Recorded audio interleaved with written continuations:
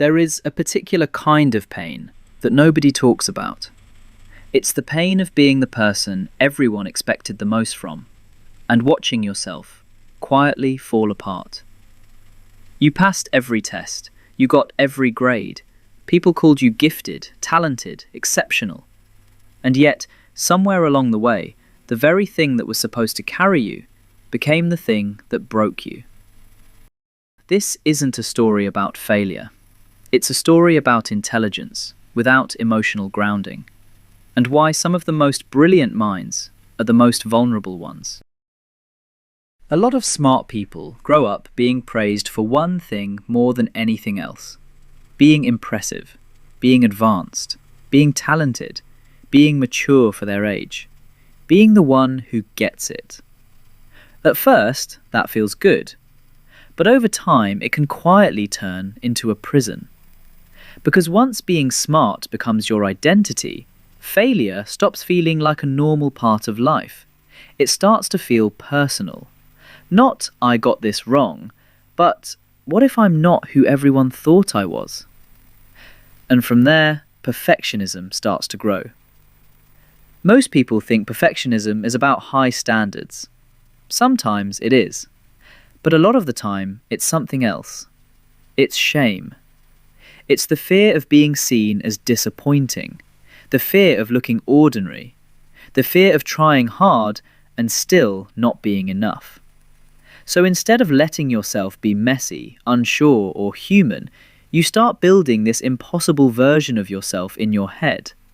The one who is always composed, always capable, always disciplined, always exceptional. And then you spend your life comparing yourself to that version. That's why smart people can be so hard on themselves. Not because they're weak, but because they've built an identity that leaves no room for being real. And when that identity gets threatened, they don't always respond with honesty. They respond with stories. That's where rationalization comes in.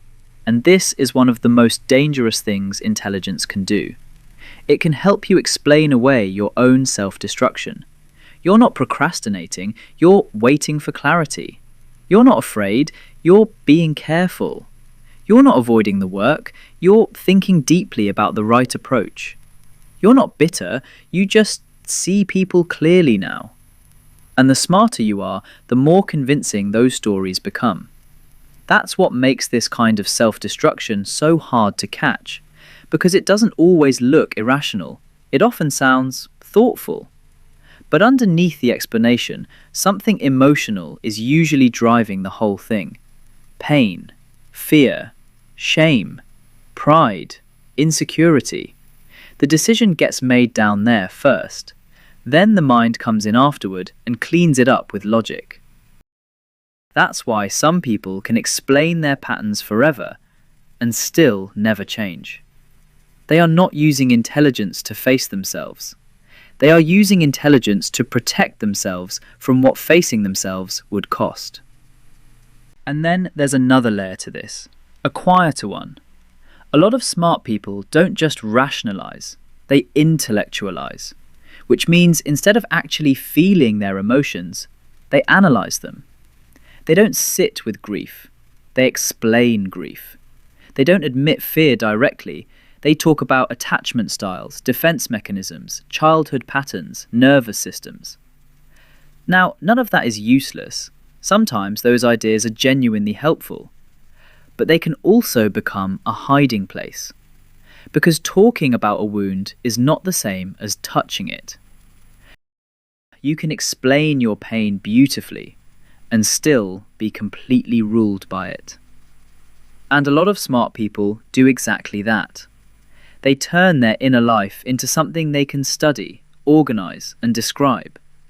Because that feels safer than actually letting themselves feel helpless, ashamed, needy, heartbroken, or lost. So the mind stays busy, and the person stays emotionally far away from themselves. That distance can look like wisdom from the outside, but a lot of the time it's just self-protection in a more polished form. And when you combine that with anxiety, the whole thing gets even worse. Because intelligence doesn't just help you solve problems, it also gives your fear more material. You can imagine more outcomes, more ways things could go wrong, more ways people might judge you, more signs that maybe you're not as capable as they think. You can build entire cases against yourself. And that's why smart people often don't just feel insecure. They feel insecure in very convincing ways. They don't just doubt themselves. They can argue for their own inadequacy. They can explain why their success doesn't count, why their progress isn't enough, why eventually someone will figure out they're not actually that impressive. This is why intelligence can amplify instability.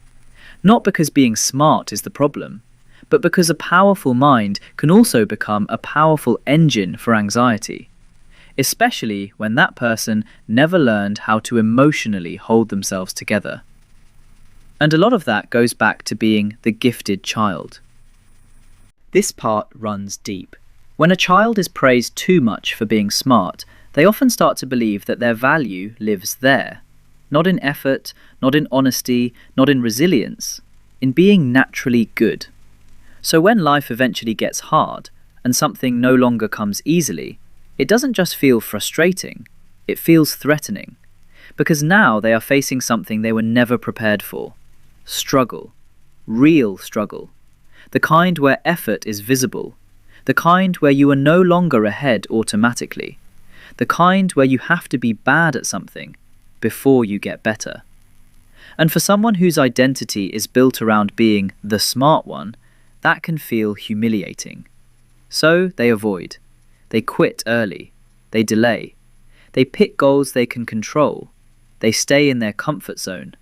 They secretly prefer unrealized potential over visible imperfection. Because unrealized potential still protects the fantasy. It lets them keep thinking, I could have been great. And sometimes that feels safer than actually trying and finding out they're human. That is where a lot of smart people get stuck. Not because they have no ability, because they never learned how to survive being a beginner, how to survive not knowing, how to survive the ordinary pain of growth. So they become adults who know a lot, see a lot, think a lot, but still keep abandoning themselves in quiet ways. That's what self-destruction usually looks like. Not one giant collapse, just a series of smaller betrayals. Putting things off, numbing out, pulling away, choosing short-term relief over long-term peace, staying hidden, calling it discernment, calling it complexity, calling it timing, when really, a lot of the time, it's fear. And the cruel part is this. Smart people usually know. They know they're doing it. They can feel the split inside themselves, the part that wants more, and the part that keeps shrinking back. The part that wants truth, and the part that wants safety. The part that knows the next step, and the part that cannot bear what taking that step might expose. That inner split is exhausting, because awareness without emotional stability does not feel empowering. It feels like having a front row seat to your own sabotage. So what actually helps? Not becoming smarter, not finding more frameworks, not collecting more language for your patterns. What helps is something much less glamorous. Learning how to stop collapsing into shame when you are imperfect. Learning how to be seen struggling without turning it into an identity crisis. Learning how to feel an emotion without immediately turning it into analysis.